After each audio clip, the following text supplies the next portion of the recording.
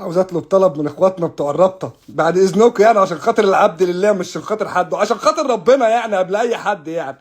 بالنسبه لموضوع الماتش بتاع الاهلي والزمالك والكلام ده، انا ممكن اوافق على اي حاجه الا انك تعيد الماتش. انا معاك في اي حاجه. المنظر اللي احنا شايفينه ده ما اسموش عماد النحاس، ده اسمه عماد القشاش. ده بيلعبوا الفرقه من 5 والفرقه من 4 انا مش فاهم ايه اللي بيحصل. وبيني وبينك يعني انا يعني متوتر وقلقان حبتين ثلاثه. وهو كده كده عايز تديله الدوري اديهوله. ابعدوا عني، ابعدوا الفرقه دي عني. بقى له كولر، ما كان حلو كولر وزي الفل حته بافته وكان بيقعد. خدت بالك يعني انا مش هينفع الموضوع يعني مش هينفع.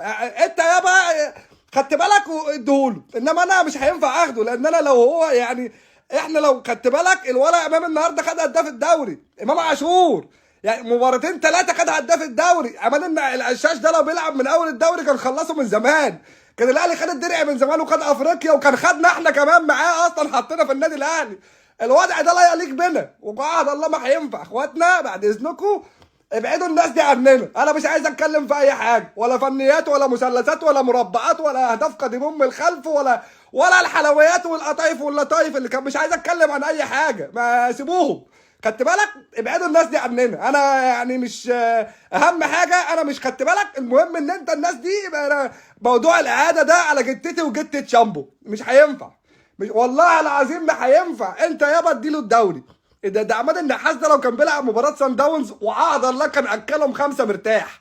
5 مرتاح. كان يوم اسود، يوم اسود يوم ما الاهلي تعادل مع سان داونز. هيرجع يتحمرش بالدوري كله بالخمسات، خمسات واربعات بيلعبوا بالفوره. مش يعني الوقت بقى يعني حاجه ملهاش لازمه بالنسبه لهم. هو بيلعب بالفوره. قعد 40 دقيقه في الشوط الاول 1-1 بيلعب مع الناس، بيروق عليهم، بيديهم فرصتهم. هو برضه عايز يخلي جمهور نادي الزمالك يقعد يتفرج ويشجع النادي المصري، وهوب عينك ما تشوف الا النور من فوق ومن تحت وبالطول وبالعرض. خدت بالك؟ روق علينا الدنيا خالص الحمد لله. وبعدين يعني الرابطه عملت فينا خازوق النهارده يعني.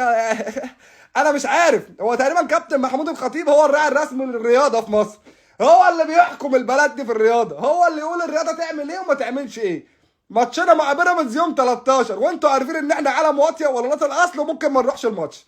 انتوا عارفين ومتاكدين عشان نخلي بيراميدز تاخد الدوري. قال لك اللجنه هتعلن قراراتها يوم 15 والمباراه بتاعتنا يوم 13. مفيش مجال ان انا ما اخلعش من المباراه. يا لهوي، يا لهوي على يا جدعان. ابعدوا عننا الفرقه دي، ابعدوا عننا. انا مش عايز ابعدوا عننا الفرقه دي. اللهم بلغت اللهم فاشل.